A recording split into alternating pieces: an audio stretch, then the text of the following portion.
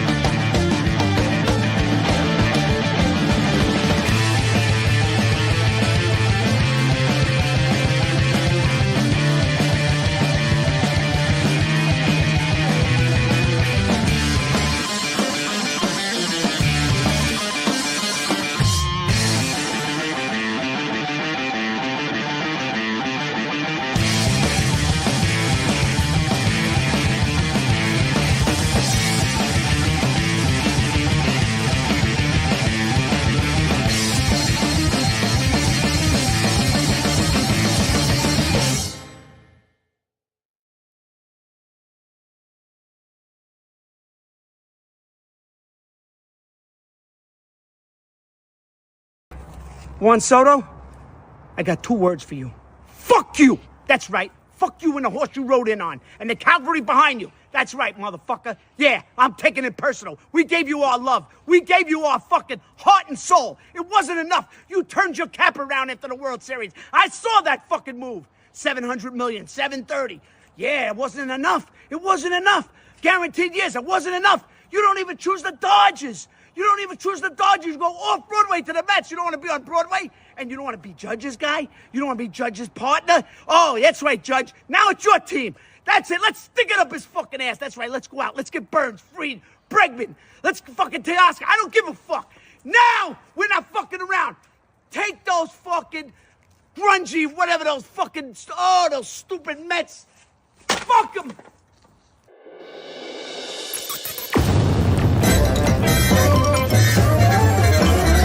You're listening. Yeah, like all the time I'm listening.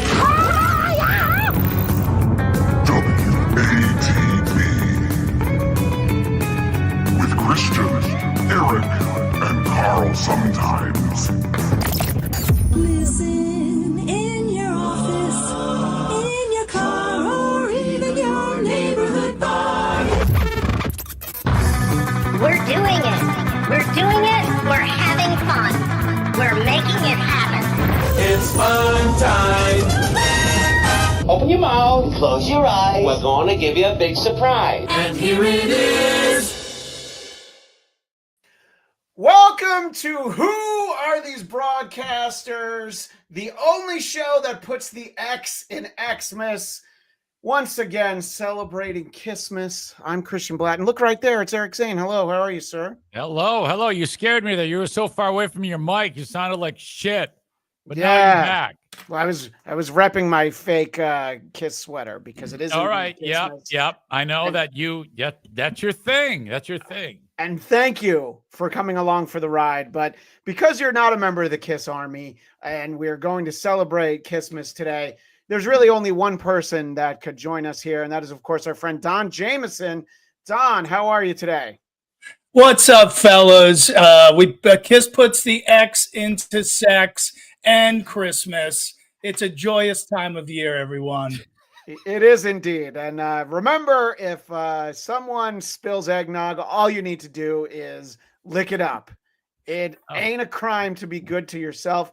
Now, Don, your latest comedy album is tremendous. No Sleep Till McSorley's. Your podcast with Keith Roth is called Rockstrap. But more important than all that stuff, you were just a guest on 100 Songs That Define Heavy Metal, hosted by Brian Slagle of Metal Blade Records, talking about Thin Lizzy. We appreciate you being on over there. And everybody check out Don's show with Keith Roth, who I heard a new single from today, which I really enjoyed. Keith Roth doing some singing now. So, yeah, Keith Roth is a Renaissance man, much like yourself. Right. Yes, exactly. Although it was really just for the Renaissance Festival. That's the only kind. The Ren Fair. Yeah, you're right. A exactly. Ren Fair guy. Yeah. You're a Renaissance man. I did indeed work there in high school, so I have no shame. And speaking of no shame, Eric Zane, tell everyone how super chats work on this program. Well, a lot of times they actually don't work. It's like none. But then in the last few weeks, there have been a few that have come up, and we're very, very thankful for that at this time of year. So as it goes, if you want Christian to say something really horrible and offensive, add it in the chat and put a dollar amount in it, hopefully $10 or more.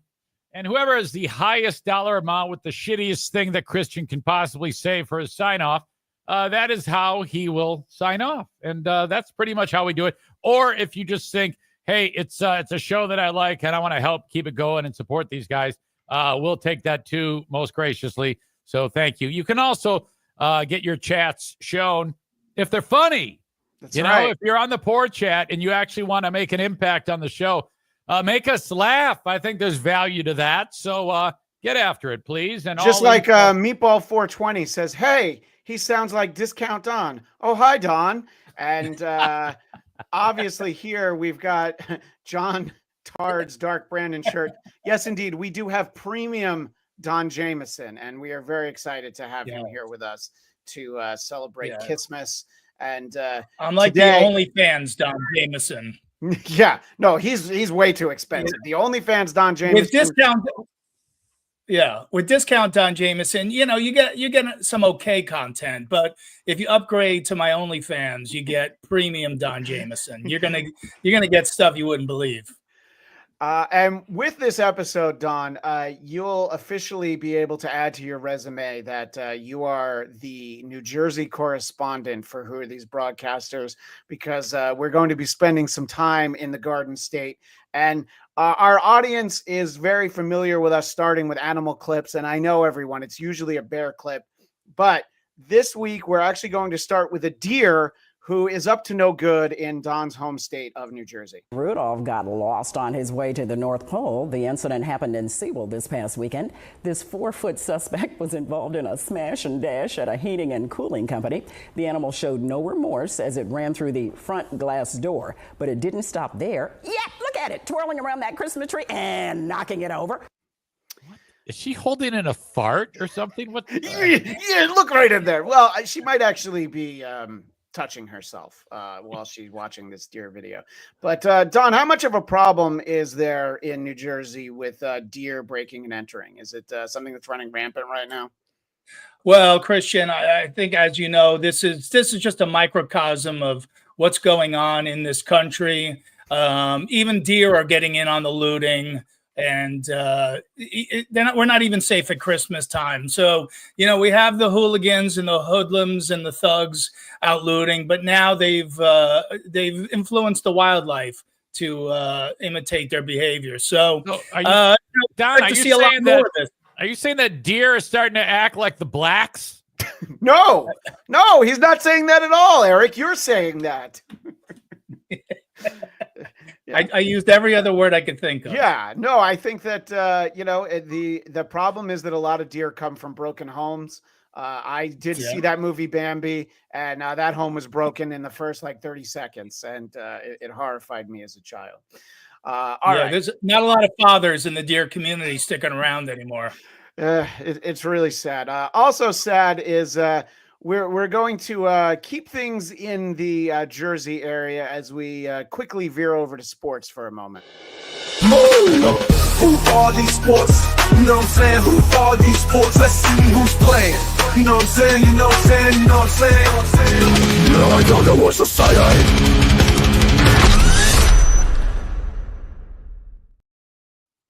The particularly heavy nature of that jingle is there every week, Don. But I was realizing, Don might appreciate it more than the sort of rap R&B intro. So obviously, I went to many concerts at Giant Stadium, and the tailgate culture is obviously very vibrant in New Jersey and across the bridge over in Philadelphia. It's not necessarily a place that I would go looking for love at a tailgate.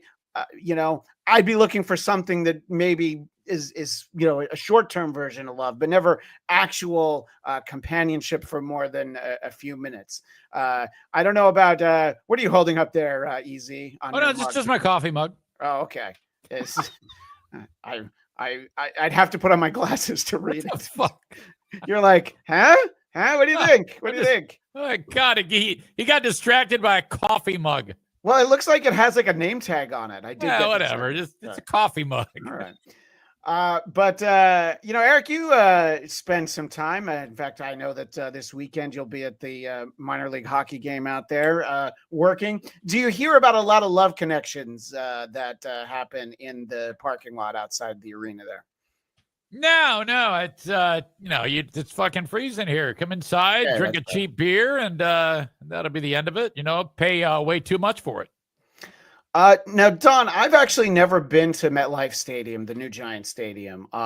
Perhaps is it in this day and age is it equipped for non-binary dating and meetups and stuff?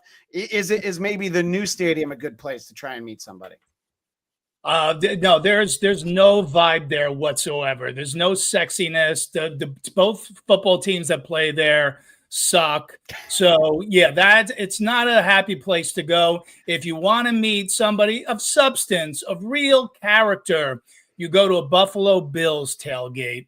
I'll never forget. I went last year, and after about 75 Bud Lights, This woman got on top of a Sprinter van and jumped off and elbow smashed me on the top of the head, put me in a headlock and farted in my face. And we've been together ever since. Wow. Yeah, it's so funny because Carl, who runs this channel, and his wife Jenny are huge Bills fans, and that's their meet cute story. That's actually also how they met. So I think it just shows the camaraderie. Now, all of this is sort of a rambling way to get that the place that I would expect it to happen least is outside of a Philadelphia Eagles game. But this woman is hoping for something special. And let's see what goes on down there. Taken aback when the man in the parking lot stopped to tell her how beautiful she was. Flattered and too stunned to get his number on the spot, this very single medical sales rep from South Jersey did what... So I paused this for an important reason. The gentleman that she missed out on did stop to tell her how beautiful she was. Don, you were talking about 75 Bud Lights. How many do you think that this gentleman in question may have consumed to have said this to this lady? Well, I'm partial to women who look like Mr. Bentley from the Jeffersons, so I don't want to come down on the guy. He might have had a case or two, but she's beautiful in her own way. Striking features. Yes, I would say she looks like a strong worker. And what does the Wired Christian say there, Eric? He says that chin is a pickaxe, which is right after he wrote, "What the fuck's that?" Well, let's see if we can help find out more about this missed connection. Many do to find love. She went online to shoot her shot. You have to think outside the box, and I'm in sales, so Well, I think the guy in question is definitely thinking outside the box. This is a Philly 8, though. I mean, Philly is a garbage community. Fucking A. Eric, I want you to be wrong, but it's really hard to say otherwise. I think that any talent that you might see at a sporting event in Philly probably came across the bridge from the Cherry Hill area in New Jersey. You think that's accurate, Tom? Right? Yeah, but the good thing, they fell in love when his car got stuck on the ice, and she chopped through it with her chin, and they were able to drive away into sunset. Well, let's see what she found when she went into the because that's a place I want to be vulnerable, is an Eagles Facebook group. think outside the box, and I figured, why not? On a dare, Collier logged on to the Philadelphia Eagles fan group Facebook page and posted a picture of what she was wearing that day, along with a plea to that very cute guy getting into the seat of a pickup truck. So I have to pause on this picture because I guess that this photo was taken with this dude's beer goggles. What were you going to say, Easy? Right, yeah. And she looks actually better in the picture, but the chin is still big, and the nose hangs lower than her cock. Yeah. Wow. I think that's true. Well, that post now has thousands of likes and shares. Comments flooded in like an inspiration for a Hallmark movie. One said, "Pulling for you, girl." And the reason I let that clip so long is because I liked hearing this reporter go, "Pulling for you, girl." Don, do you have any advice to either this lady or perhaps the gentleman who is probably never going to materialize for maybe some obvious reasons? Well, if someone's pulling to her, I'd like to meet that person and congratulate them at their imagination. I give her credit. That's very brave to go on a Philadelphia Eagles Facebook page. I heard she got actually on the page. She got pelted with a snowball with a battery in it. Right. And that's, that's the kind of thing you got to go through for love. But if she found true love, good for her. Yeah. And it is literally a labor of love. I mean, most Eagles fans, women and the men have this going on. They're going to get together. He's going to punch her in the face and re-break her jaw and make it even more disgusting. Or he'll break his hand in the process. But, I think the thing that really attracted him, what I heard was like, he was the guy that ate the horse turd after the Eagles won the Super Bowl. And so he's got a little street cred. He's kind of famous. That's attractive too.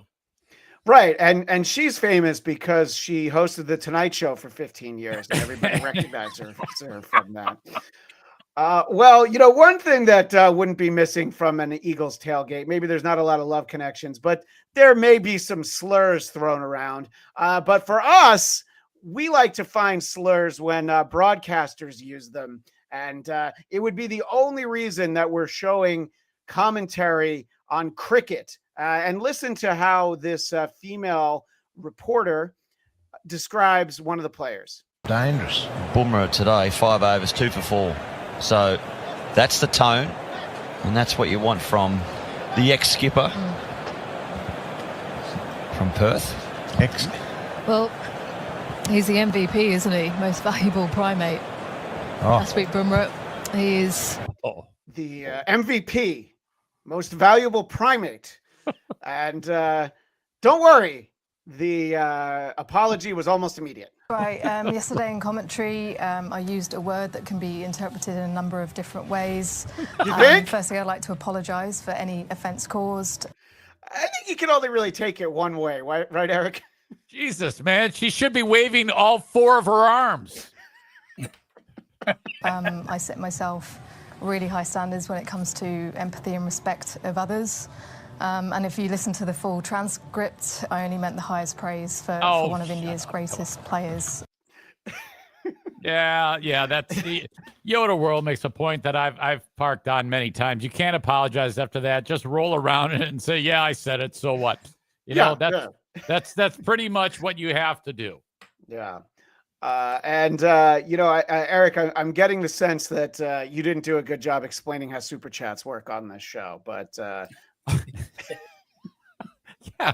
Well, wait a minute. It's still way too early. But typically like 40 minutes in when we have $0, then we might actually mention it. Guys, I already brought racism to you. What else are you looking for from this show?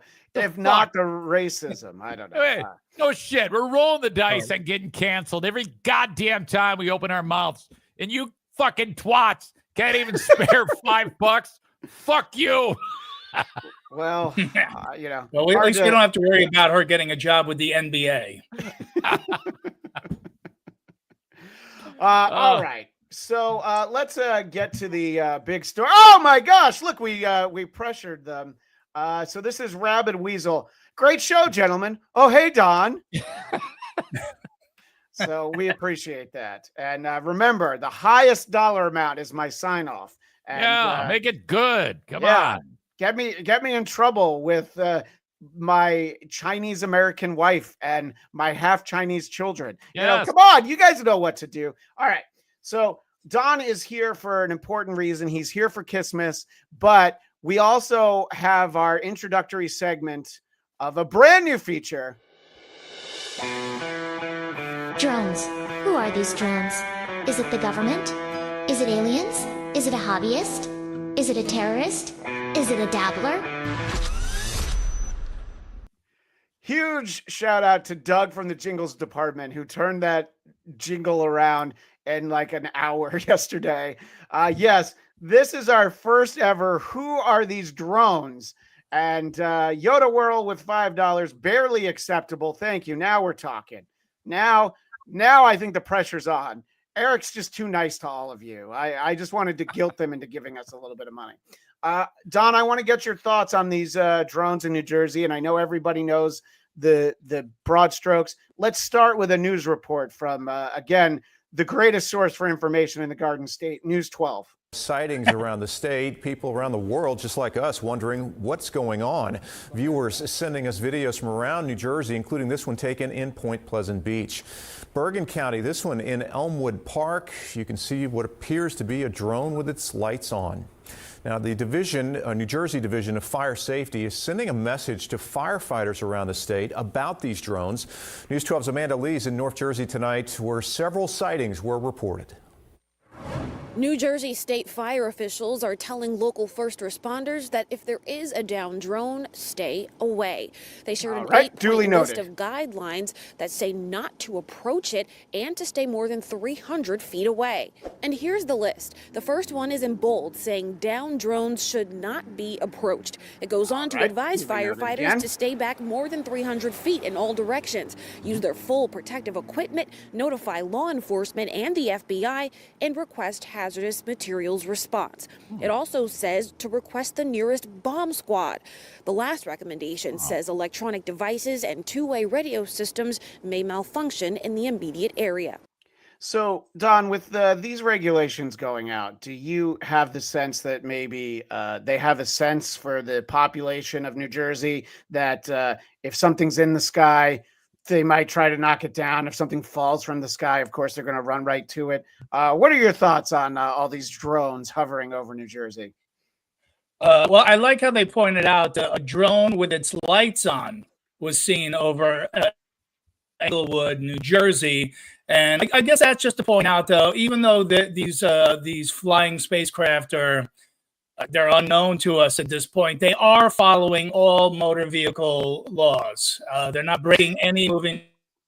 There's no moving violation happening here. They have the proper lighting and tags and permits, etc. So, dude, I haven't seen one yet, but everybody's going crazy. I live in a state where, I mean, these are UFOs, technically, right? Because we don't know what they are. Right. And I live in a state with two of the biggest UFO fans in the world, Eddie Trunk, number one, and Ace Frehley. Oh, Ace Frehley. Yeah, the spaceman. Yeah, of course. So he might be able to shed some. This might be spacecraft from Gendel. Right. One thing I'm going to ask you, Don, is you've gotten really staticky. So if you can, I'm going to kick you out of the room, but then just come on back in, and we'll try and reestablish a connection here. And what were you going to say, Eric? First of all, they need to double check that Drone Con isn't going on. I mean, I guess my question is it illegal to put a drone into the air? I mean, that's a good question, but no, it's not. You can fly them around. Okay. And, I believe you have to get permits and things like that. But I think that just flying them around even at night isn't a problem. And the other thing about, I wonder if anyone's going to shoot them down. I sure as fuck hope so. I mean, let's face it. These are New Jersey people. They probably have already attempted this. I would be disappointed if they did not attempt to shoot these things down.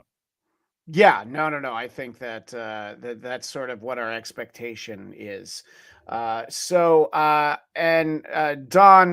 we've got you back. We've reestablished connection. The drones have not gotten in the way anymore. And John Tard's Dark Brandon shirt. This can only go to premium Don Jamieson only. All right, this money will not go to discount Don. Don't worry. Just gave Don $4.99, and you got to feel pretty great about that.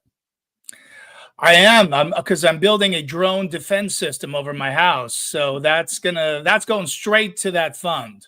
Yeah, I am so impressed with the citizens of New Jersey. Because they aren't maybe not guns. Those bullets have to come down. Potato guns, slingshots. Why aren't they ramming other drones into these drones? Think about this. Everybody hates the drones. You could do all this shit. And no one's going to give a fuck. Yeah.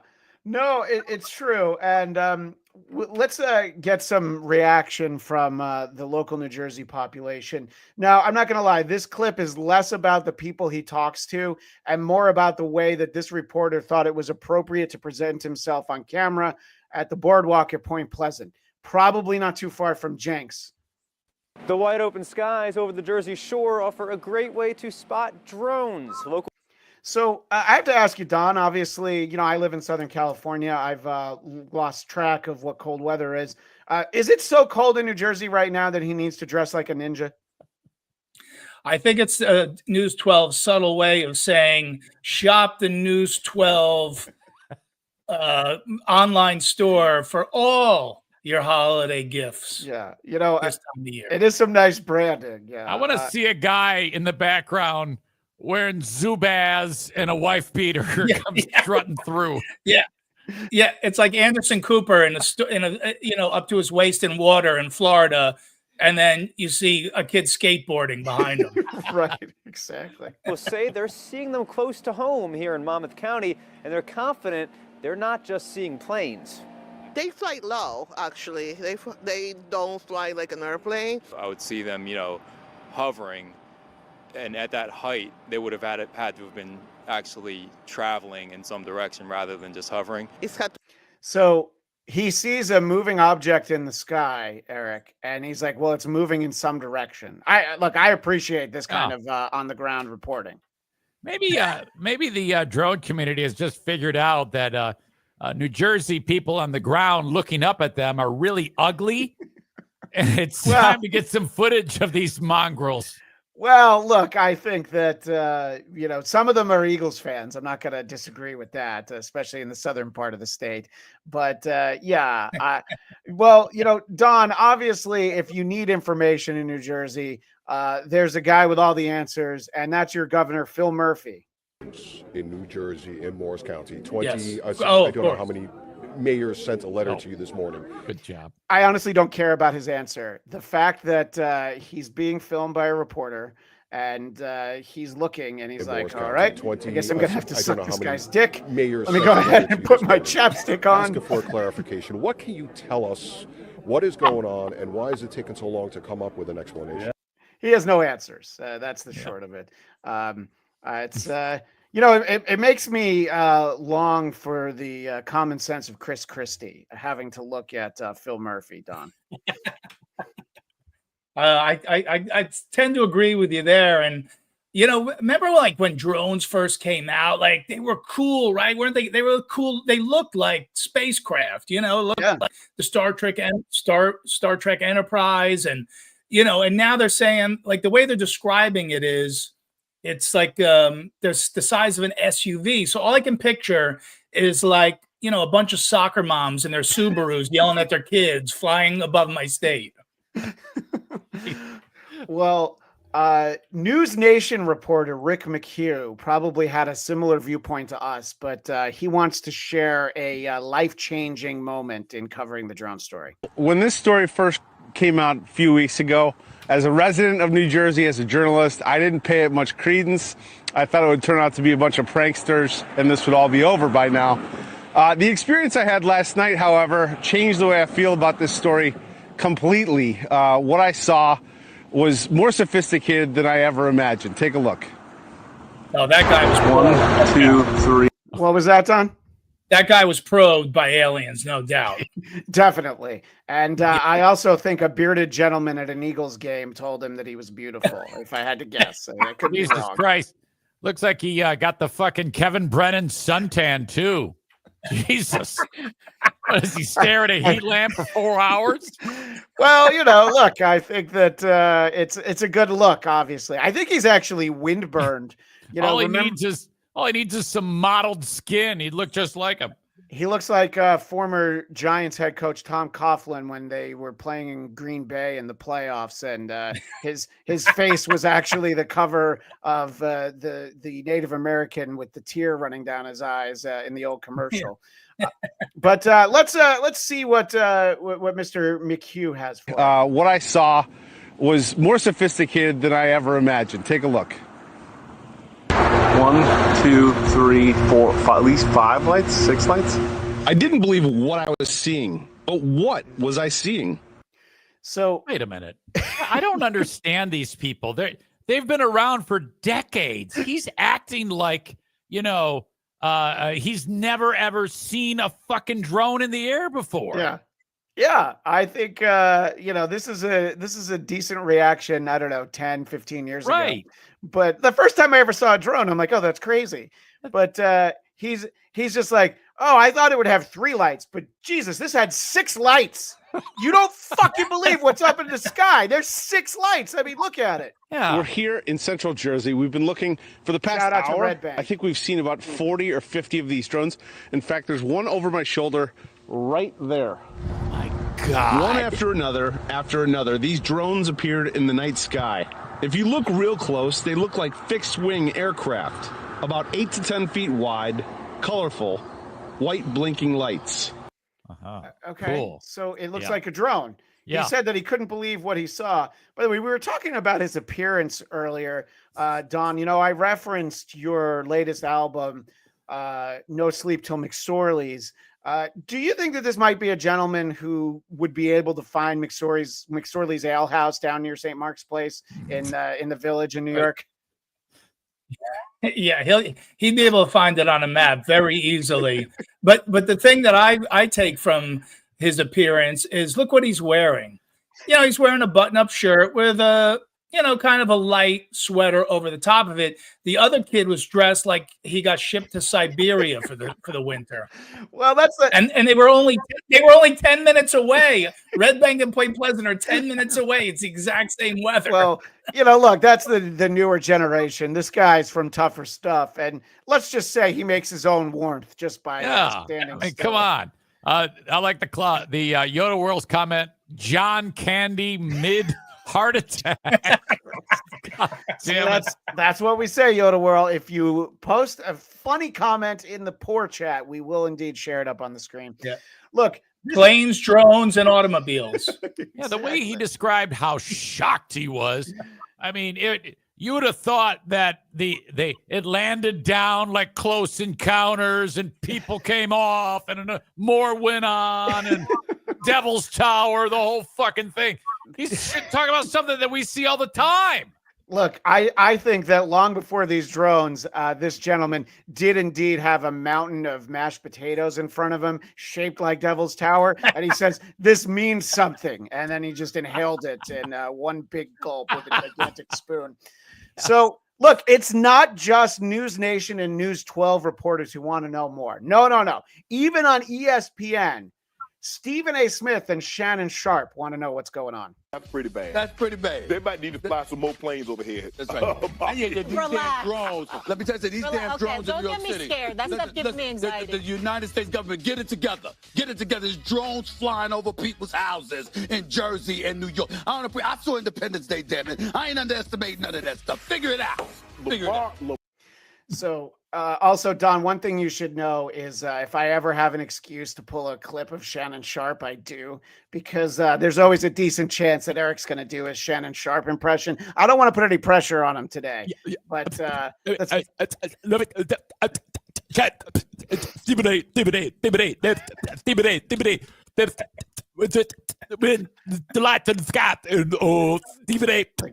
the second or third biggest podcast in the world is Club Shay Shay. So good for Shannon Sharp. All right, listen. There's a lot of talk, a lot of questions, no answers. But fortunately, Republican Congressman from New Jersey, Jeff Van Drew, he's on the House Judiciary Committee, and he tells Fox News' Harris Faulkner he knows what's really going on. Here's the real deal, Harris. You know, I'm also on the Transportation Committee, on the Aviation Subcommittee, and I've gotten to know people. And from very high sources, very qualified sources, very responsible sources, I'm going to tell you the real deal. Iran launched a mothership probably about a month ago that contains these drones. That mothership is off, I'm going to tell you the deal. It's off the east coast of the United States of America. They've launched drones, is everything that we can see or hear. And so you heard Harris Faulkner at one point. She's like, wait a minute. He's like, no, I'm going to tell you everything. But don't worry, guys. He's got more. Go ahead. No, I was going to say, I agree. Well, I understand why Harris was a little confused because I always thought Joe Rogan launched the mothership in Austin. So I think he's got his cities and his people confused a little. Right. I think, and just think of all the Iranian funny men who do weekends at the mothership in Austin. Again, these are from high sources. I don't say this. Go ahead, Eric. I was just going to say, now, is he referring to, when he says mothership, does he mean floating or Independence Day? And I need clarification. All right. He might give it to us I assumed he meant like the gigantic UFO in the miniseries from 40 years ago. The Okay. V, Now I would be that, shocked if any of these that hovered things over were Los true. Angeles. Yeah, I think it's that kind of mothership. These mongrels don't even know how to wipe their own assholes. How the fuck can we expect them to have a mothership full of surveillance drones? Are you talking about congressmen? Because I agree, they do not know how to wipe their own assholes. Now, we know there was a probability it could have been our own government. We know it's not our own government. I'm sorry, we do? We know it's not our own government? Because Jeff Van Drew from New Jersey says it's not our government? Because they would have let us know. Oh, they could would have. been Okay, some really glorified hobbyists that were doing something unbelievable. They don't have the technology. But let's pretend that's possible. The third possibility was somebody, an adversarial country, doing this. Know that Iran made a deal with China to purchase drones, motherships, and technology in order to go forward. The sources I have are good. They can't reveal who they are because they are speaking to me in confidentiality. These drones should be shot down. Whether it was some crazy hobbyist that we can't imagine or whether it is Iran, and I think it very possibly could be, they should be shot down. We are not getting the full deal. Okay, shut up. Yeah. So you guys might have some thoughts to what Jeff Van Drew said. Let's see how Harris Faulkner responds to these allegations. You've given us some pretty dire information just here, and I want to make sure that our viewers are digesting this. Iran has the capability to pull up along our eastern seaboard and launch drones the size of an SUV into the skies of several states, particularly New Jersey, where we know the incoming president has a large home. Also in the same county or nearby where some of these drones in New Jersey have been seen. That capability exists. It's possible some of those drones are here. So I have two questions. How are they fueling them? They have to land somewhere. Drones don't fly forever. Why don't they close down the airspace? Yes, it's inconvenient. Yes, it's the holidays. Shut it down. So I love the fact that she has these follow-up questions because what's fueling it? And Jeff Van Drew is like, look, I only had so much bullshit to spread here. Now you're asking for follow-ups. What does the Wire Christian say, Eric? She's grown in a test tube. I agree. She looks like one of the fucking people getting coffee in that scene in Men in Black. Yeah. I think she's an alien. The eyes definitely don't match the drapes. That's not what I meant to say, but it made me laugh. So what are we thinking here, Don? Did we get all the answers we need? That I guess it's an Iranian mothership, that I guess they want to be somewhere near, like, I don't know, White House subs near Atlantic City and get some good cheesesteaks. Is this what's going on? I think, this is why I love how he mentions the craziest of all his theories. Like, Iran is actually a possibility, right? It really could be, but I mean, and he goes, number two, it could be hobbyists. Now, wouldn't you think somebody in New Jersey would step up and call the government and go, hey, not for nothing, but there's a guy that lives next door to me who has a warehouse the size of AT&T Stadium in Dallas full of drones. It could be him. I'm just saying, I don't want to snitch on anybody, but that might be him. What hobbyist has 10,000 drones to fly around the country? I also like the idea that, all of these drones at some point have to land. Are you telling me no one is seeing any one of these land anywhere? What the fuck? Yeah. Well, if Mr. Van Drew had his way, they'd be shut down. Look, I saw this and I was very excited to share this clip. It's much longer, but this is the takeaway. People can seek it out if they want more information from Mr. Van Drew. And I laughed at it. I'm like, this is the most ridiculous thing I ever heard.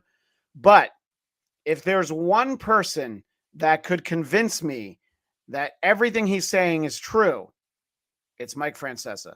I don't believe this stuff about, foreign countries have ships off our shore, and no one has a ship off our shore. We would know it was there in 2 seconds. Really? I mean, nobody's letting any foreign country fly stuff over our country. I don't believe that for a second.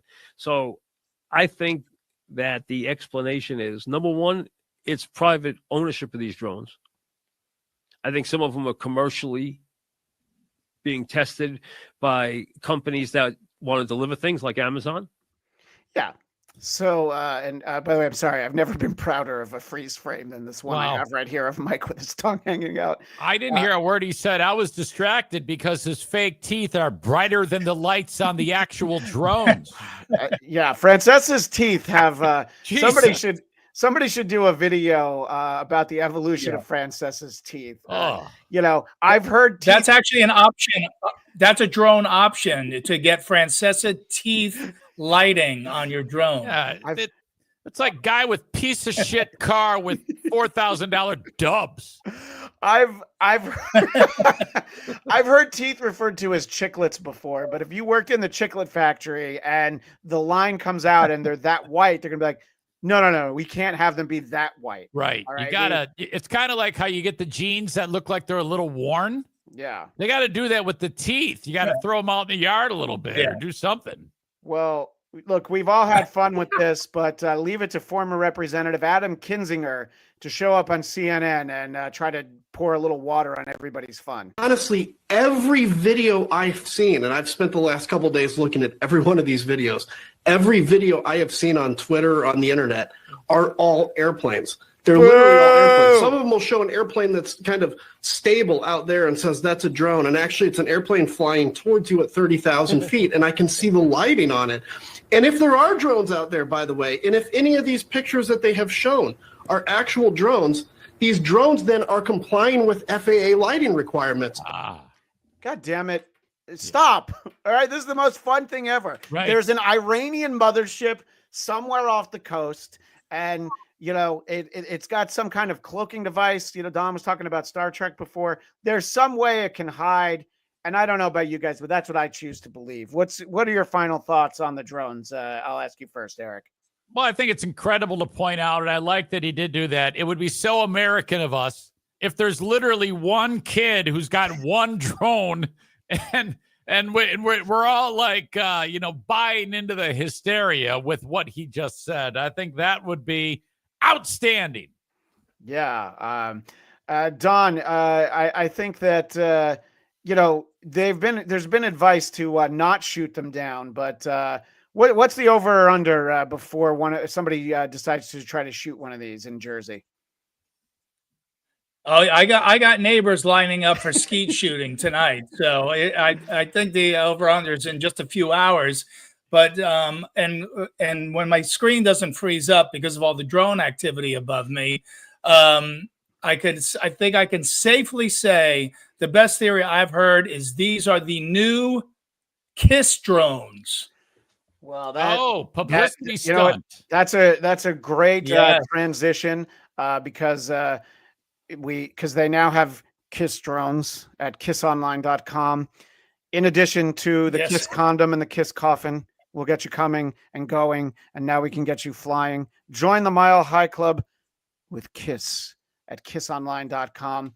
And it's a perfect time to kick off Kissmas because as I was compiling clips for this installment of Kissmas, I found this video from, it's a reminder of a bygone era when being a KISS fan was something you had to pay for by the minute.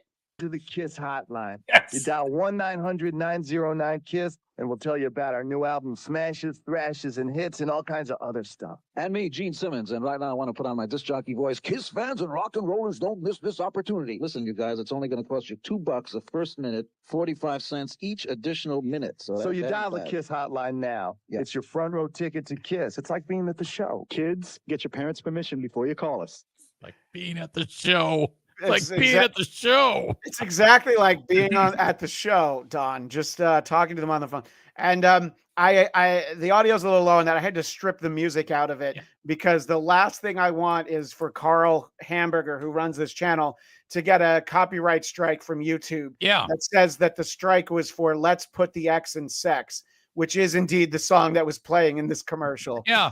In that video there, Paul Stanley dodged a bullet because he's doing the Billy Squier Rock Me Tonight queer dance throughout that whole fucking thing, and I've never heard a word about this. Oh, well, there are a lot of rumors throughout the Kiss Army, but by the way, I kicked off Kissmas a little early, Don. On Saturday, I actually left a swanky Hollywood Christmas party so that I could go to the Whiskey A Go Go to see Chris Jericho's 80s Kiss tribute band Quarantine.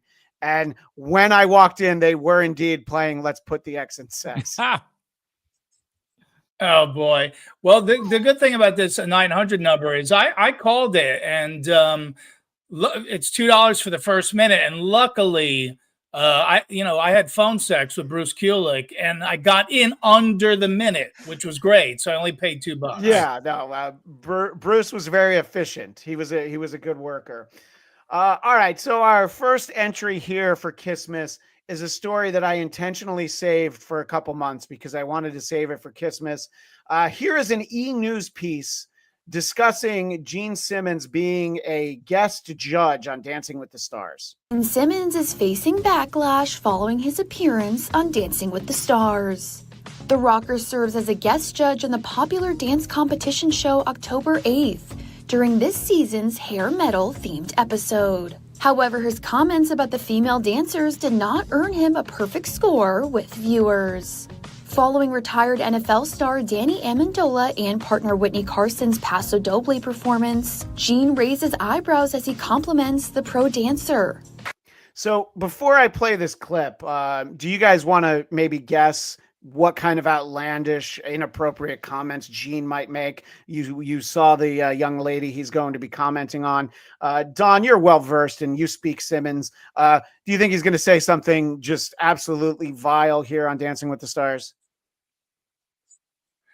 Well, I've actually seen this clip, and so I don't want to give away my thoughts just yet. All right. But suffice it to say, Gene will steal the show. Look, there's an expectation if you hire Gene to do something, you're going to get Gene Simmons. Eric, what do you think he might say? What kind of outlandish? I hope I'm not stealing the thunder, but at the same time, I hope I am. He's got to say, I want to lick your snatch and show his tongue. Yeah. I mean, I would have had to share this 2 months ago if that happened, but let's see how close it is to that. You know, this is a brand new experience for me, and it's difficult to look at both of you and to figure out which one is more hot. Danny, I'm telling you, you're right next to somebody, one of the more beautiful women on the planet. She makes you look good, but... Later in the show, the 75-year-old... Well, there's another comment that they've chosen for this E-News piece. Okay. So this is the reaction was he said, "You look hot." The same thing that Buster Poindexter was singing on the radio. Well, David Johansen is Buster Poindexter in 1987, using the phrase, "How you feeling? Hot." Again draws attention when giving feedback on actress Chandler Kinney and partner Brandon Armstrong's jive routine. Chandler, you fogged up my glasses.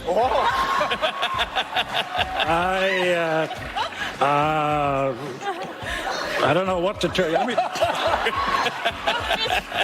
you moved me, not just with your gyrations and so on, but your beautiful face and how you were into the emotion of it, top to bottom.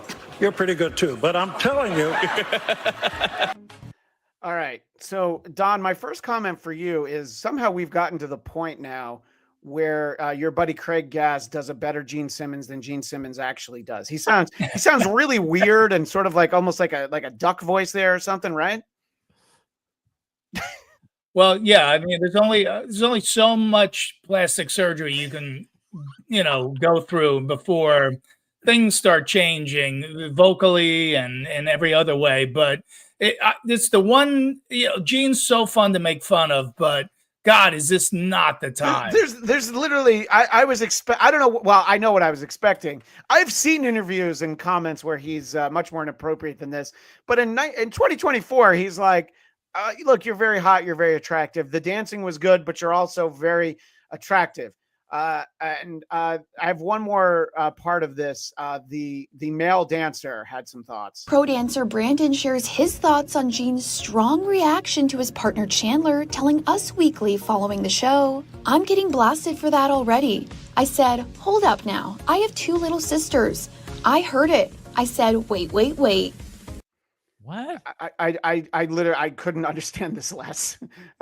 Is So you she's, know is that the dude? Yeah, that's that's saying the that? dude. The dude saying like I have little sisters, and I wouldn't want somebody telling them that they're attractive. Which they're little now, so you probably don't want that. But if they're a professional dancer or something, you might be okay to lean into it. God, this is embarrassing. So yeah, I think that there are songs on Kiss albums from literally 45 years ago that are far less appropriate than this, Don. I mean, Christine's 16 is more troubling than anything he just said on television. There's no doubt. There's no doubt that Gene has eaten a child's asshole, but I don't think that. Okay, I think there's a tremendous doubt that that's ever happened. But here's the thing: if it did happen, it's when he was a child, and because he was always, he had no problem meeting girls. But this is not a problem. No, this couldn't be less of a problem. I would like to see. I'd like to see Gene's reaction if that woman from the Philadelphia Eagles game was dancing. What he would say. Well, he probably would have expected her to slam her hooves on the ground when she counted. If I had to guess, probably something along those lines. Which we've got a comment on a later clip that Gene makes that Philadelphia Eagles fan walks into a bar. Bartender says, "Why the long face?" This is a little bit of a fun one. We'll only stick with this briefly, but Gene showed up at KTLA here in Los Angeles to do the weather. You know it's there you go. Here we go. Let's try it out. Good morning, LA.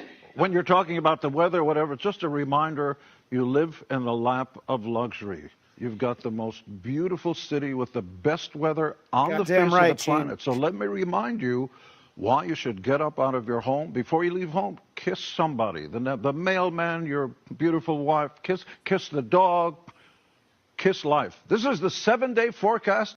What I'm disappointed in, Don, is that he didn't then turn that into and also go to kissonline.com.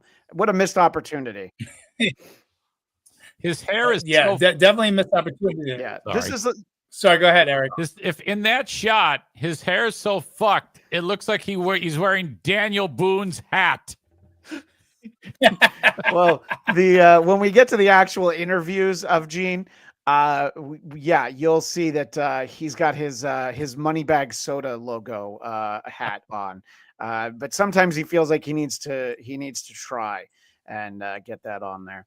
Well, while he was at KTLA, this is a little while ago, he's with entertainment reporter Sam Rubin, who passed away recently. You may remember we showed a clip on the show where he mixed up Sam Jackson and Lawrence Fishburne, and I thought that was a fitting tribute. One person who would have enjoyed that tribute to Sam Rubin is the teleprompter guy who gets sold out right here. One, can you show camera 4 the prompter so the prompters can? Oh, don't go there. No, That's exactly what he didn't want you to do. No, because it's just what we. Gene Simmons is taking the idea of a stalking stuffer. Oh my to all God! levels. So Stalking. Look, these are semantics, but I'm not anti-semantic. Right. There's a reason why I've used this clip. Remember the joke that he said, the way he filled time when he didn't know what to say is these are semantics, but I'm not anti-semantic. Gene's like, no, don't show that. So this guy's just being a dick and selling out the teleprompter operator. So this is a clip that's more about the broadcaster than the guest. But what are your thoughts on that, Eric? As somebody who may have made a mistake or two on the air. How do you feel about being sold out like that? Oh yeah, I like the making lemonade. I actually don't have a problem with any of this clip. To me, this is more interesting than anything else Gene's saying, which is hitting on little kids and shit. Again, he's been with Shannon Tweed for 29 years, and it's always age appropriate, except for when he's on stage saying to a fictional 16-year-old girl that when I saw you getting off the bus after school that day, I knew I had to have you. I had to have you. That's Gene in a song. There's a big difference, Don. I don't know. He doesn't understand. He's not in the Kiss Army. No, exactly. And again, the subtle message here is, as you can see, Gene is still promoting the Gene Simmons Vault, which is 50 years of unreleased songs, demos, unfinished tracks that nobody's ever heard before. And for only the price of a luxury car, an old Jew in a sparkly outfit will hand deliver it to your house. Yeah. A box of songs, even too shitty for a Kiss album. That's right. These are songs that were too shitty for smashes, thrashes, and hits. That's a perfect explanation. Yes. So let's remember the joke that clip ended with as we move over to, I never thought I would see this happen. Just in the past week, I was so excited for Kissmas. Gene Simmons appeared on Ben Shapiro's show. You're actually better looking than I thought you were. Wow, I didn't think that was even possible. Since, as everyone knows, I'm just like a godlike specimen. Well, as we both know, these are semantics, but I'm not anti-semantic. Okay, so and loved that joke. I'm not lying when I say there. While I was finding other things, there are 4 more clips where he makes that joke that I could have used, but in the interest of time, let's check out just how entertained Ben Shapiro is getting to be around Gene Simmons. And, you know, Gene's a tremendous interview. I've been lucky enough to be a part of an interview a couple of times. My old boss, Dennis Miller, talking to him, and he's great. But Don, in a lot of ways, it's like having, you know, Shecky Green or Jackie the Joke Man Martling on. You're going to get a lot of one-liners, right, Don? Yeah, and I think he goes on Ben Shapiro's show and he figures, well, I mean, this guy is not the bastion of humor, so I could probably repeat a few jokes. You know, I'm out of town. I did that joke in the city. Now I'm in the suburbs with Ben Shapiro. I could do that joke again, and he probably hasn't heard it, and he got a good laugh on it. So good for him. He's like a seasoned comic. He knows, but he knows now the next time he comes through, he's got to have a new joke. Right. And don't worry, because he's just getting warmed up, and Ben Shapiro's loving it. Always do what your wife says. You know why men die younger than their wives? Because they want to. Don't tell your wife that. Oh, God. His face looks like Jocelyn Wildenstein trying to look like Gary Carter. Jesus Christ. All right. So, you know, look, they had some fun when he was on with Ben Shapiro, but we know that we live in very divisive times. You know, obviously we just went through an election where everybody was really happy the whole time and everybody liked the way it turned out. But what if we as a nation were able to be united by the demon actually making some sense here? I would recommend everybody start off with, before you can easily list what you don't like about somebody. I don't like what Trump said here. I don't like what. Well, first of all, use the word president, because if you don't like the person in office, at least respect the office he was elected to. He is President Trump. If you don't like it, next time vote for somebody else. That's democracy. So find good things to say about other people. So, Eric, you didn't appreciate the heartfelt plea from the demon, from the God of Thunder? Yeah, seriously, we can't take anything he says seriously. My God. Is it because he's wearing a hat with a money bag with a dollar sign on it? Does that have anything to do with it? It's just everything about him is it's I'm afraid that if he sneezes, like his whole face is going to go flying off and actually land on the ground. I can't. And then this whole awkward setting where it looks like Shapiro is like doing an online AA meeting or some shit in that living room setting. What the fuck is going on here? Yeah. Ben moved his whole operation for Daily Wire to Tennessee a number of years ago. And, he used to actually be in LA, not too far from where I am. And so now this is basically how he does these interviews. And I'm sure he's like, everything's going to look great. I will say Gene sounds good. So they have a good setup for that. But yeah, he's basically watching the Gene Simmons show on TV. Oh, it's horrible. It's horrible. It's always supposed to be you see the faces side by side. What asshole faces the TV with his whole living room set up there for us to look at? Come on. Well, probably the asshole who dies laughing at this joke. I happen to have been born with a prodigious oral appendage. Ben, you wouldn't believe it. It's a hideous looking thing. Yeah. And I mean, I would do it now, except the floor is dirty.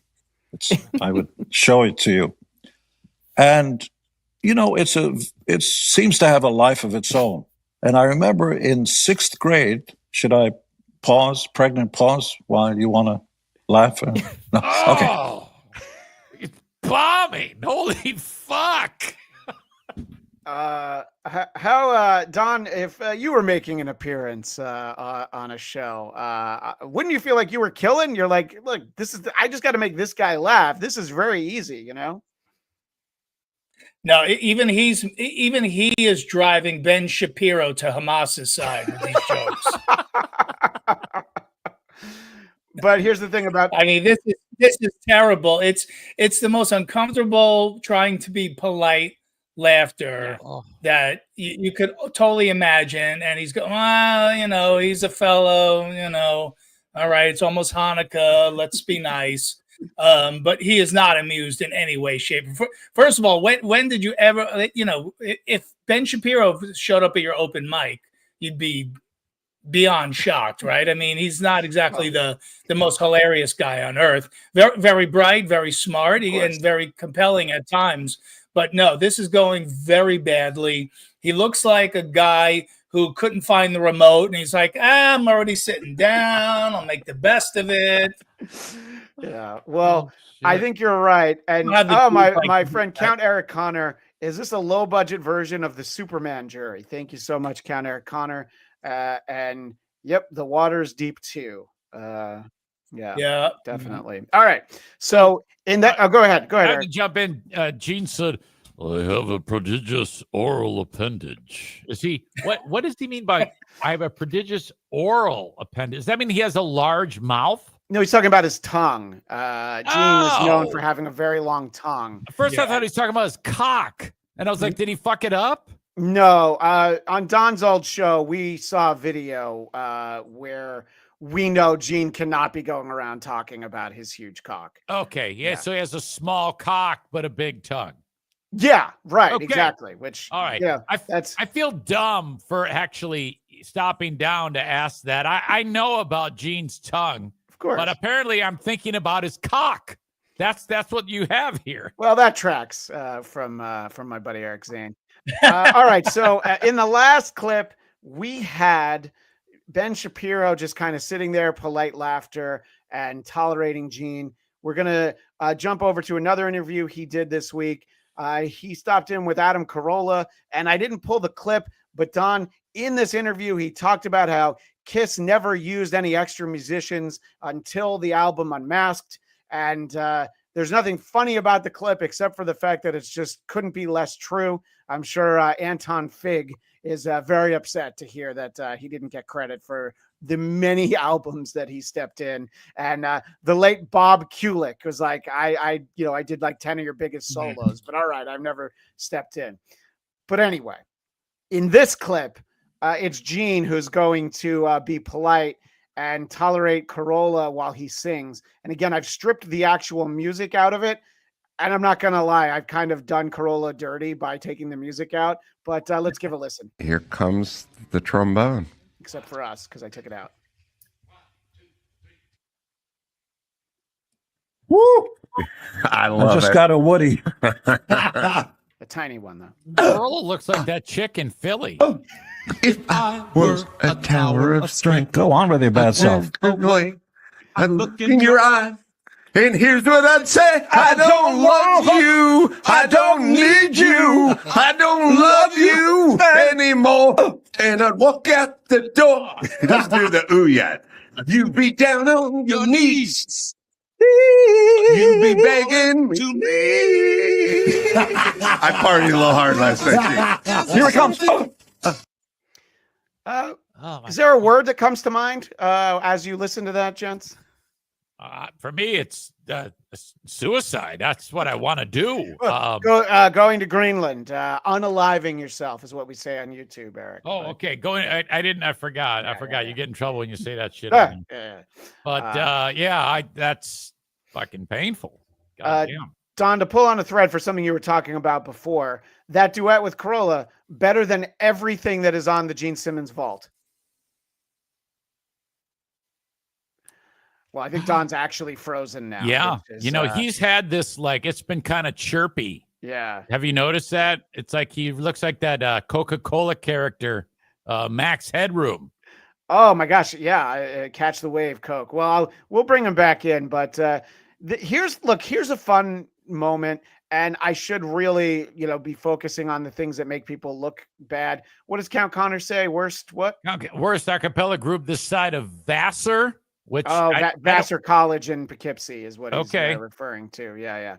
All right. So Gene makes to me what is a tremendous point, and I just kind of want to live in this moment. Those days, you could wake up with somebody whose name you never bothered to learn.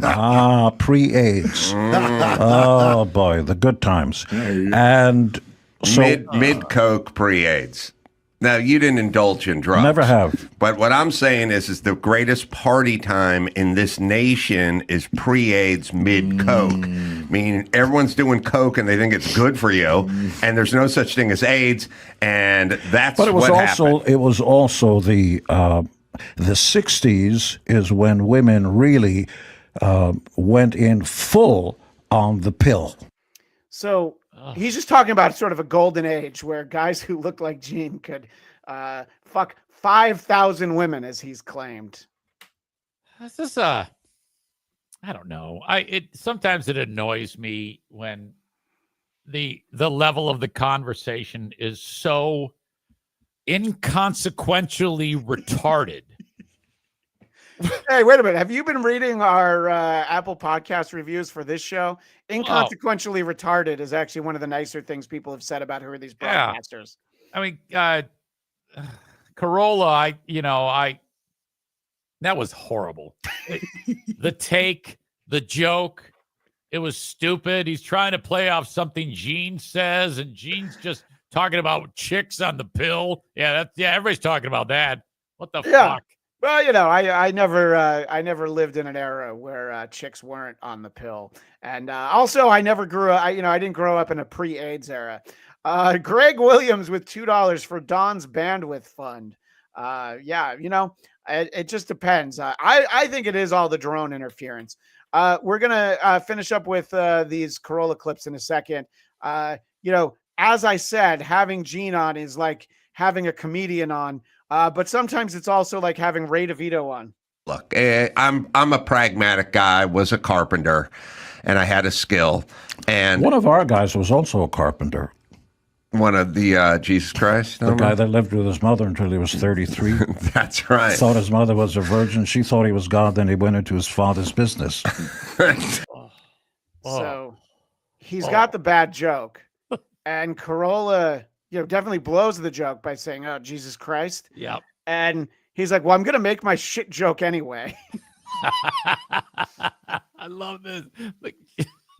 Zumach is funnier than Gene and Carolla. Yeah. Yeah, there's a lot going against these two cunts.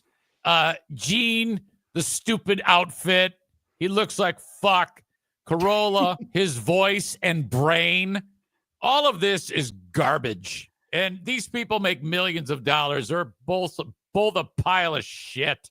I'm fans of both of them, and I would work for either of them at the drop of a hat. Does it ever make you feel bad when I say the things that are diametrically opposed to what you feel? I'm pretty sure that's why Carl put us together for this show, and I love it, actually. I think it's fun for me to try to suck up to Gene Simmons, and having been in the Kiss Army for almost 40 years, when the Kiss Army has done nothing for me, you know? And the World's got a point. I like Corolla, maybe not his show. Yeah, and that's the thing. I like Adam's books. They're hilarious. Yes. But Adam talking, that's a bad thing to the world. He's horrible. Yeah, well, again, big fan of the Corolla Empire. Not so much his ex-wife. I covered their show on WATP not too long ago. All right, we're going to end in what I think is a great moment here for the Kissmas segment. And I'm sad to see that Don's going to miss that. His computer is, I believe, being restarted. But that's all right. That's all right. There's some good interaction during the news segment. Yeah, go ahead. I want to jump in because I'm going to surprise you with it. Don't look at the super chats because there is one that they really want you to say a particular thing, so you're going to need to sell it. I see it, and it's a great dollar amount. It's probably one that we don't rarely see that often. So I don't want to shock you with it when we get into it. Okay, well, here is some, I think, quality broadcasting. This back and forth, I think, is great. They're talking about a news story because Corolla does cover news stories on his show. A woman who, I guess, went swimming 600 days in a row, and they see a little video of it. You can see her right here. She says that it's given her I'm sorry, I forgot. There's this guy, I think his name is Mayhem. He's new on the show, and he's reading off the news stories. He's not that important to the clip, but I forgot we brought another person into the mix. Okay. So he's the cuck while Corolla and Gene Simmons jerk each other off. Yeah. He sounds great. You can see her right here. She says that it's given her mental health benefits, and apparently she's trying to. I'm sure she's a very nice person, but I believe originally she was going to swim with her friend, but it looks like she ate her. Oh, God. Oh, Gene. Gene, you're going to give her more mental health. She can swim. Here's all manatees can swim. So here's oh my God. I was following up on your distasteful. All right. So we've gone through like 45 minutes of Kissmas, and what we ended up with was a fun fat broad goes swimming. Jean says she looks like she ate her friend, and Corolla says that she looks like a manatee. Okay, now that I can get behind both those jokes. I like those jokes. So I what I want to do is to end the show with the last time Don was on, we brought an early morning talk show appearance that he made in Connecticut with his buddy Jim Florentine. So I have another one of those. That one's from Connecticut. This one is from Kansas City. So I want to share a couple of those in our great moments in broadcast history. Who are these broadcast history? Who are these broadcast history? So again, this is a morning TV show in Kansas City. They were in town for a gig. And let's see the way that Don and Jim have some fun. Walk me through kind of what you do on your show. It's like an interview show. We talk to different. Do you talk over each other? No, usually we. You go. You tell you. All right. No, usually we have different artists on like this, and we sit down. We just talk about music with them. So people that you probably respected, admired as kids growing up. Oh yeah. Yeah, but we don't have that guy like that. Bruno Mars, we're not going to have that. Yeah, we're going to have Okay, I have to say I love your voice, by the way. Really? Did you when you're really? I got it from my mom. Okay, I was like, did you at 4 years old where you're like, hey, he's going to be a future, voiceover artist? Yeah, I don't do his whole family's sounds like this. My mom, even his sisters. My sisters, they all answer the phone and it's like, who is this? You all sound the same. Well, I used to you call, never know which one it is when you call. Can I talk for a second? I'd be able to call my friends from in high school, hey, this is Mr. Corrigan, and Kevin can't come to school today. You pull the Ferris Bueller's Day Off kind of a thing. So Don Jamieson is back with us in the present, but this is a great memory that Don, I was talking about last time you were on, we had that clip of you and Florentine on a morning show in Connecticut. This one's from Kansas City. And I do have a few clips. This one, you guys are just talking over each other pretty much constantly. And how much fun is it to do that? And if Eric and I tried that, we would just be laughing too much to pull it off. Talk about the moment you decide, like, let's make sure we talk over each other during this interview, Don. It pretty much happened first thing that morning, because you're up at 6 a.m., you're doing morning radio, you're doing morning TV, local in the town. And it's just like by 11 o'clock in the morning, you've already been up 5 hours. Like, let's just ruin somebody's day. And when we got there, that woman that's in the clip with us, we sat down. She's like, I have a little note here from my producers. Like, the last time you guys were in here, there was a problem or something. We're like, no, we had a great time the last time. We don't know what happened. That other clip that you showed was also from Kansas City. It was the same show, just different people. And they had already, they had passed on that we were problems to the new hosts. And so she brings it up with you, huh? And we tried to make good on it. Oh. Yeah, well, I think you do. Let's continue. Friends for a long time. How far back? Probably what, like 92, 20 years or something. You finish each other's sentences, obviously. Yeah, sometimes. How did you meet each other? My wife always wants me to. We met. Oh my gosh! I just thought she was talking to me. I'm sorry. Does this happen often? No, never. I think it doesn't always happen. It's just we're not getting read by myself. I don't know. I don't know either. Your turn. Go. Yeah, we met like 20 years ago, and we've been friends ever since. And and then we started working on a TV show together. Worked on Inside the NFL. We won an Emmy on there for one of our comedy bits. Yeah, and then we both do stand up. So we, that's what we have in common. So in a moment, Don, your tactic shifts a little bit, and this is where it gets into my favorite part. Eric, are you enjoying them talking over each other? Oh my God, this is that cringing, but you just can't wait till the next part hits, and I'm covering up. I mean, you're getting a visceral reaction. You're the people who are watching this. We're doing the same goddamn thing. You're pulling so much emotion out of people. It's fantastic. Don, if I were running late for work and this was on, I'm going to be even later because I have to watch the rest of this.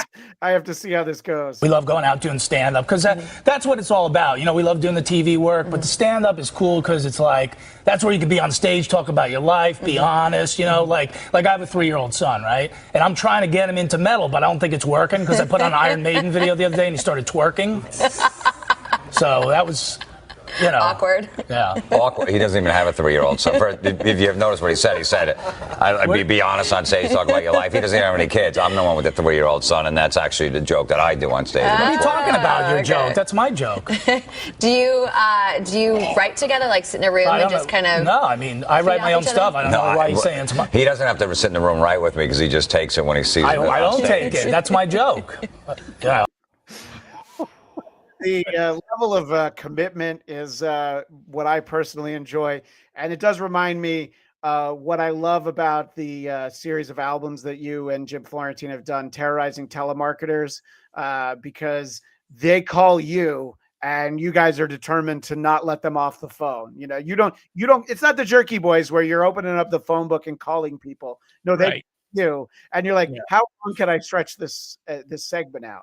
And the dynamic of the way you guys work together is fantastic, but it's also just, she's just like, I'm just trying to talk to these two idiots. Right. It's a 5-minute segment. Why does this feel like an hour?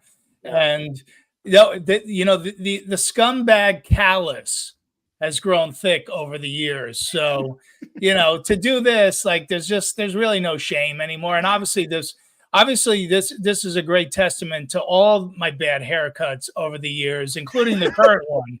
But shut up. That's the 3rd grade haircut, and this is the Keith Urban special. So if I could, at that particular moment about the joke stealing, you had done that before. Is this like how like in wrestling, They're talking to each other and they're figuring it out as the match goes on. Are you figuring it out while the interview's going on? Yeah, totally. Because we did once do a segment where for a hidden camera DVD, we used to do these things called Meet the Creeps that you can find on YouTube, and they were all hidden camera pranks. So we did it at a comedy club in New Jersey called Rascals years ago. And Jim was up there performing, and he does one of my jokes, and I run up on stage. I go, dude, that was my joke. He goes, no, it wasn't. I go, yeah. And I confront him on the stage, and I have a beer bottle in my hand, but it's one of those movie ones, the sugar bottles. Yeah. But when you hit somebody with it, it sounds like you're getting popped with a real bottle. So we go back and forth, and finally I just smash him over the head with the bottle, and he hits the stage, and I walk off, and the whole audience is just sitting there. It's a full comedy club with people who have no idea what's going to happen. and and Jim's moaning, and I just walk on stage like, he saw my joke. Yeah. Which one of you pretended to be in a wheelchair one time? That was Jim. Yeah. Yeah. It was the same. We're like Gene Simmons. We find a good joke, we do it over and over again. Was there ever a moment, since you guys love playing these jokes, that Jim said to you, hey, Don, there's this fucking guy who thinks he's a comic named Chad Zumach. And I want to have him open up for me and make him think that he's actually a decent comic.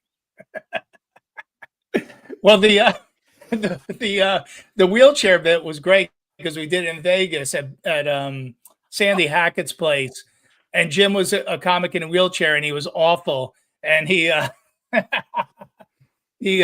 telling these really terrible jokes, and I'm in the crowd heckling him, and he goes, if you think you could do better, come up here. And I go up there, and I just wheel him off the stage, the wheelchair and all, and he falls into the crowd, and people are freaking out, and they're screaming at me, and nobody at the comedy club knows this is happening either. So all the security guards come down, and they're freaking out, and I start doing like old Vegas jokes, like, how about those penny slots, And everybody's freaking out, and they escort us out of that place as well. And Jim's on the ground going, help me up. And the wheels of the wheelchair are spinning around because it's upside down. So, yeah. It's fantastic. Yeah. I believe, Eric, you misspoke earlier because I believe the Mud Shark has opened for both Don and Jim. You were talking about Ray DeVito. When you were talking about comedians who aren't funny, you meant Ray DeVito. Yeah, no, that's all right. Whatever. I'm just helping you out. It's an honest mistake. Yeah, exactly. One of them has a Patreon. Anyway, back to this morning TV interview in Kansas City. No, but what's even crazy, like my wife, when we went to name the kid, I wanted to name it something cool like Lemmy or whatever. And then she's like, I want to name it Rala. I'm like, why don't you just name him Punching Bag? That's what he's going to be, Another one of my jokes. Is he single? What are you talking about? Is he single? No, he's got a girlfriend. He's not married, and he has no kids. Okay. My wife, but I can write jokes about it. My wife's father's name is Rala, and my wife wanted to name Rala. I didn't know that. Yeah, you didn't know that. He was just over my house on Sunday watching football, sitting next to Rala, but he didn't know his name was Rala. He didn't say anything. Does your kid like him? No, he thinks he's creepy. I don't know where that came from. Yeah, well, because he shows up with candy. I thought he was being nice. You really show up with the candy and you're like, here you go, now we're buds. Sit down next to me. And he pulls up in a van. He pulls up in a van with candy. The windows are blacked out in the back. I don't even let him see my kid. Here's where I have to give credit to the reporter, Don. She's like, all right, I know what a rape van looks like, unfortunately. And so she's like, oh, the windows are blacked out. She's playing along with you guys. The one in Connecticut, the guy was not playing along. She's at least having fun. Yeah. She's struggling, but she's like, all right, I mean, whatever. We'll just try to make the best of it. So I don't know. I thought that she gets like partial credit for that, Don. Well, I mean, would you, if you were a local person in Kansas City and you were trying to decide, what am I going to do on Saturday night in Kansas City? Am I going to go, to this, to the Olive Garden, have dinner, and then go home and drink myself into oblivion, or am I going to go see these two idiots? I mean, it's a no-brainer, after you see this kind of thing. Absolutely, it's so memorable. And that's it's better than the same old bullshit that happens in these bits where people just say, yeah, I'm going to be at the Funny Bone. Come see me. Ha ha, Yeah. Yeah, I think at some point we'll do a segment or maybe a bonus episode. The comedian, I believe it's Sam Morrill, really leans into fucking with people on these morning TV shows to the extent that they'll talk to him about it, and it doesn't slow him down at all. And our buddy Blind Mike is a big fan of those segments, so maybe we'll get him over here at some point. But I want to finish the ending of the segment and let people know where this is like 12 years ago or whatever, but where they could have seen you that night. Win free tickets. I promise they will not talk over each other. Well, we're on stage separate. Different times, so it's not really gonna. He goes on first, and then I go on second. He goes on after. Okay, great. The first. And then sometimes I'll go on first. There's an MC guy first. How about this? Why don't you guys try to read this together as a team? Read this together. The first 10 callers. Okay. Where? The screen. Okay. The first 10 callers to 913-400-7500 will get 4 tickets to a Friday or Saturday show. So call 913-400-7500 now. Let's check back in with Steve, Jeff, Frank, Craig, or Rala. Harper. This mongoloid. Look at this guy. That's why I have this clip. I love throwing back to this guy. Holy fuck. Ed Sheeran in 10 years. Holy shit, this dude. Wow. Anyway, I actually think she got it, right? I mean, she was rolling with it, but she also got it, which not everybody gets it when you're doing it. Right. And those are always fun. And, Don, if people enjoyed seeing both of you together, then they're really going to have fun New Year's Eve at the Scranton Comedy Club, right? Listen, everybody knows. I know people like to go see the Northern Lights and, people like to see the ball drop in Times Square. But really, the people who really are in the know understand that Scranton, Pennsylvania is the place to be on New Year's Eve. ScrantonComedy.com for all your Scranton comedy ticket needs. Jim Florentine and myself will be there. Yeah, when I saw that date, I was disappointed that my stupid family is going to Maui for a week. So I'm going to be in Hawaii, and I'm going to be missing the social event of probably this decade at the Scranton Comedy Club, because you'll see Don Jamieson, Jim Florentine, Kevin Lepka, and DJ Hot Sauce. So make sure that everybody... pricing for New Year's Eve too. You got it. I mean, obviously they're paying the freight on New Year's, so Sure. I mean, triple the cost, I would say. Yeah, absolutely. And you can always tip the comics after if you really enjoyed yourself.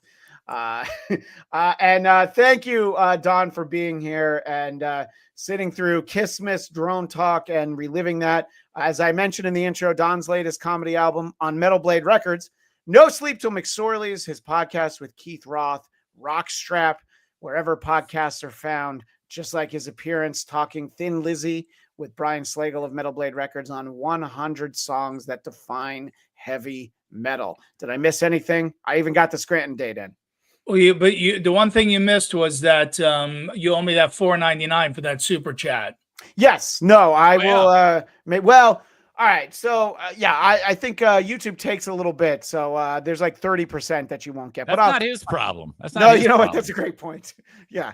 I take the net, not the gross. I take the net. When Tony Soprano's guys come around and they say the envelope's a little light, they don't care that you didn't get as much in payments that week. The envelope has to be the envelope. And Don, I'll even pay the VIG, much like I did, because the podcast that I just promoted wouldn't exist if you hadn't put me in touch with first Brian Slagle and then Pantheon Podcast. So thank you for that. Eric Zane, where can people find you and your horse shit? Yeah, it's one of the worst shows you will ever hear, ever. So if you want to check this catastrophe out, first of all, you can live on Twitch, 10 a.m. Eastern. Eric Zane live, all one word on Twitch. Get in the chat and start insulting me. Or listen to it later at your leisure, wherever you download shows, Eric Zane Show podcast on all of the platforms. And my podcast, the Blattcast. Don Jamieson has been on a number of times. BLADTCAST. Our latest episode, I discussed Silent Night, Deadly Night Part 2 with the great Lucy Tightbox, who will also be one of our guests for our Christmas Eve spectacular, discussing one of Don Jamieson's all-time favorite films, Die Hard.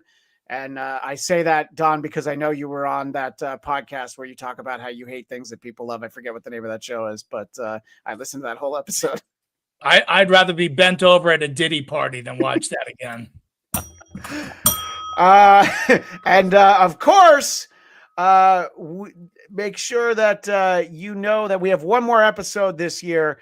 We actually just scheduled it before we started. This Sunday, December 22nd at 1 p.m. Eastern, Eric, Zane, and I will be back to spread some holiday cheer. You never know if there's going to be any Kissmas leftovers. And also, as you're looking for the perfect gift for the dabbler or hack in your life, tickets are now available for Hackamania 2 in Las Vegas, May 9th through the 11th. Go to hackamania.com and use promo code WATP. All of that being said, go ahead, Eric. Oh, yeah. And this Sunday show coming up, we were planning on doing it Christmas Eve. Yeah. And my wife found out about that, and she said no. And the exact quote was, "No podcasting on Christmas Eve, you cock." Yeah. And when I told Kristen about that, I go, "Hey, man, I'm out." Yeah, no, that's fine. I always thought that the Christmas Eve show was going to be a little dicey, and I'm not going to lie. I keep my pimp hand strong. My wife did not call me a cock, but she was relieved that I wasn't going to try and do this show at 11 a.m. But she celebrates the year of the cock, so that's all she that does. matters. She's bigger than me. She's really tall. I've got a very tall wife. I'm only like 5'7". I'm not kidding you. My wife's like 6'3". She would beat the fuck out of me. That's right. I always forget I've never met you. We've only done this She's show. a goddamn Amazon. All right. So all that being said, thank you so much for our show. We'll see you on Sunday. And as always, I'm Christian Bladt, reminding you that every mic is a hot mic, and $50. Oh my gosh. This is far too kind. I am Christian Bladt, and my favorite podcast is Dynamic Resolution, a video game show. Shane is my favorite host. He's funny and attractive. I know Shane through the Geekscape Network, where I also do content. And Shane, that's very inappropriate for you to give me $50, but I'm not giving any of it back to you. If you super chat on Dynamic Resolution, a video game show, I'll give you a 99-cent super sticker. But I appreciate that. You're very kind. He is always very complimentary of this show. And in any case, thank you, everybody. Thanks again to Don Jamieson, Eric, Zane, and we will see you all on Sunday. And see you next Sunday. Merry Christmas. Merry Christmas.